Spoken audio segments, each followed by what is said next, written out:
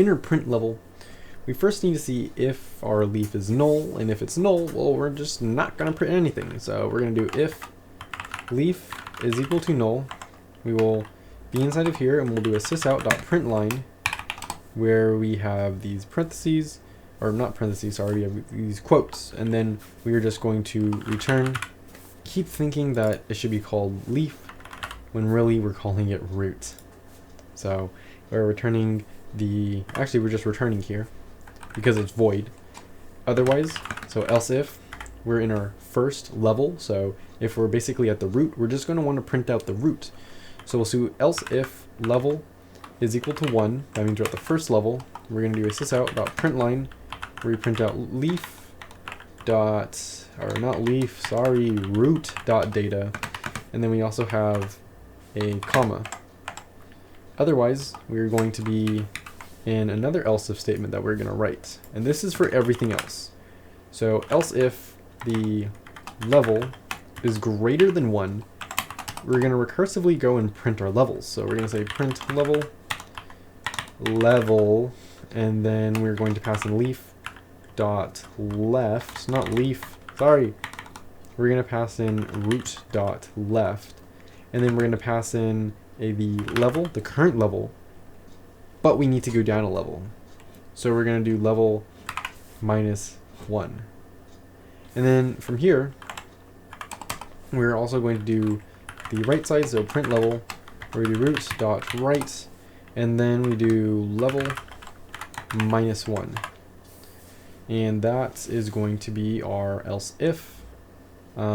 Something of note, we should make this just a print. We don't need it to be a print line, and same thing with this. We just print these because we want them on the same line.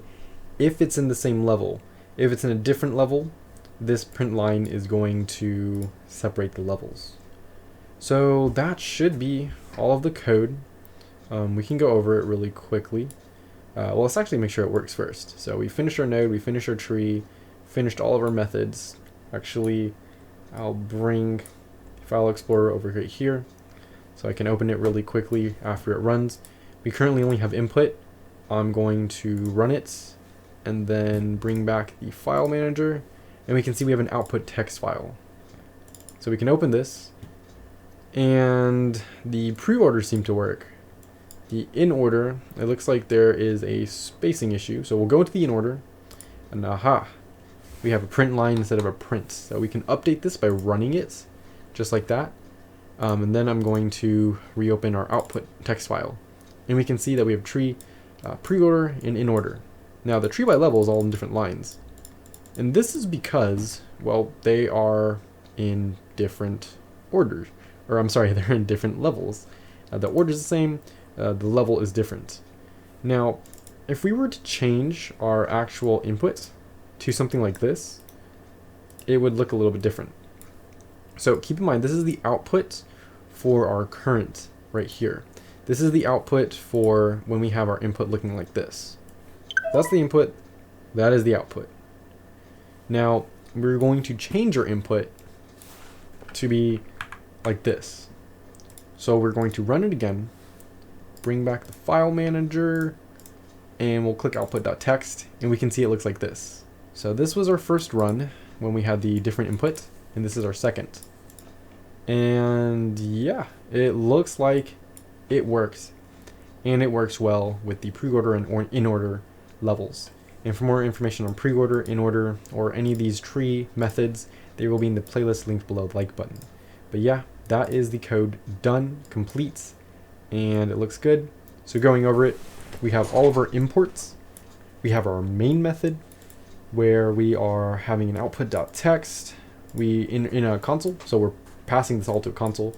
We're changing the print string to set out to the console.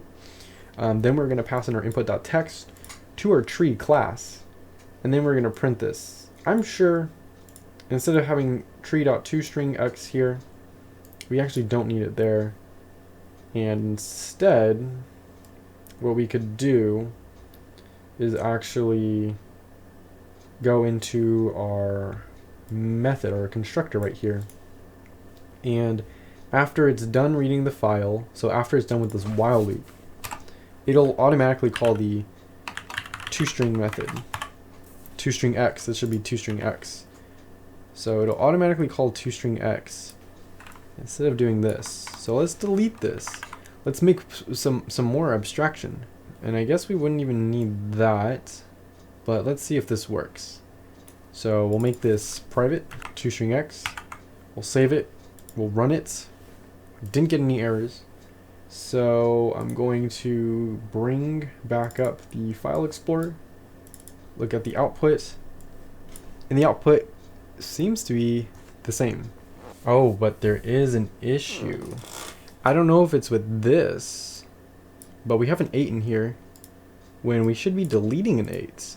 Our main method is good to look like this. This is great also because that means our thing can be private. We have so much abstraction, and we can add a suppress to our unused because we will be calling this. We will actually be calling our tree right here. And then it will print out, and then we will have to close our console. It will print to the console. So it looks like there might be something wrong with our delete. Okay, so I found the issue. It wasn't really that hard to spot. It was right here in our else if statements. So we did this right. We need to do this recursively. However, this deleting needs to be stored in our root.left. Because if we just do this, well, we're basically just going over the same thing. We're not storing it inside of anything, so we're not updating anything. What we need to be updating here is our root.left. And for this next one, we need to be updating our root.right. So for these, we need to have our root.left and our root.right to be updated. And once these are updated, everything else should run fine. So let's try running it again. Remember, we want to delete 8 here. So I'm going to open this is the input, right? And let's open the output.